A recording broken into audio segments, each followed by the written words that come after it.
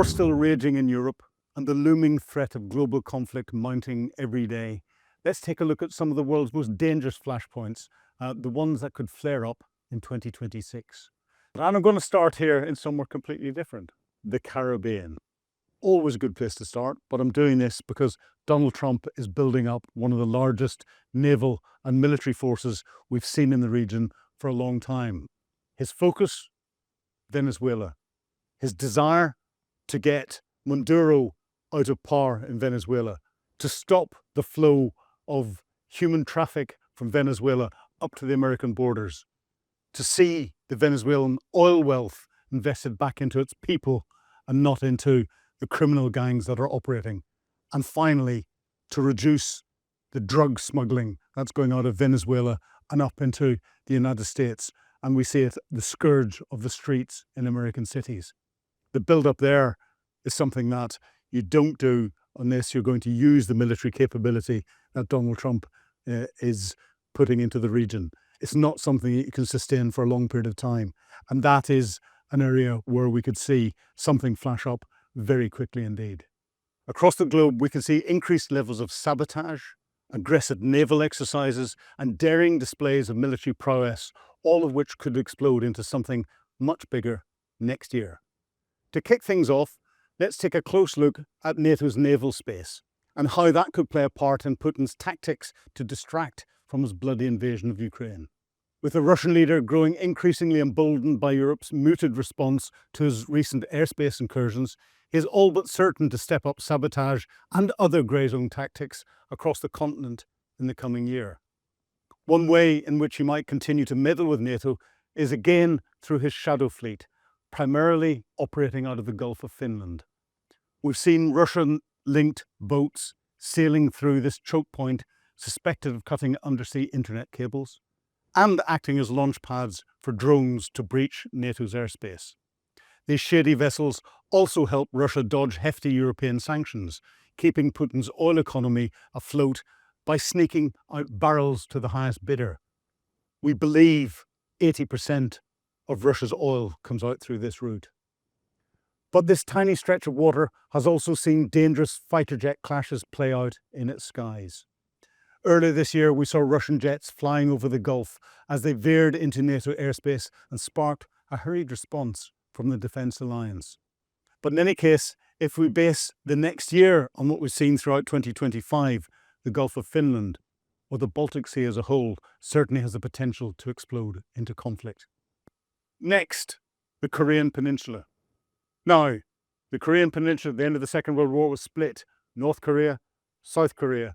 The demilitarized zone that's there is not a zone that is part of any peace settlement or peace agreement.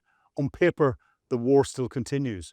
There's an agreement between North Korea and South Korea that will act as a buffer to stop these two nations from fighting again.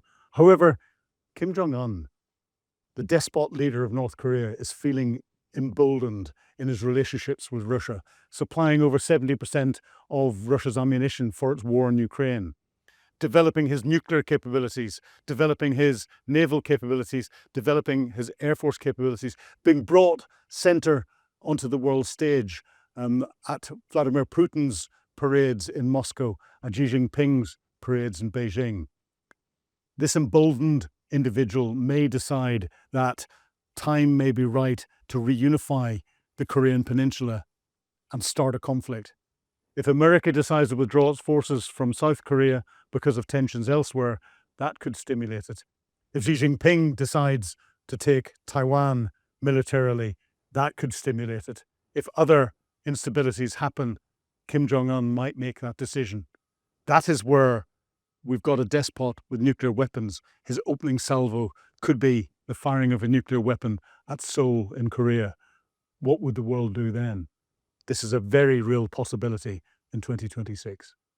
So next, we're looking at Taiwan, or the Kinmen Islands, China, and the Taiwan Strait. Tensions this year have grown.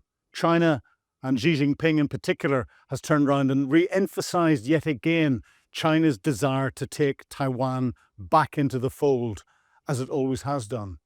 Taiwan, with its separate government, is now seeing itself as a sovereign territory. not as still the legitimate government of China that was overthrown by the Chinese Communist Party in the revolution many years ago. However, China sees it still as the errant little child, as an errant part of China, and wants to see it back again. It has got agreement with the international community of a one China policy, and that one China policy still sees Taiwan that's coming in.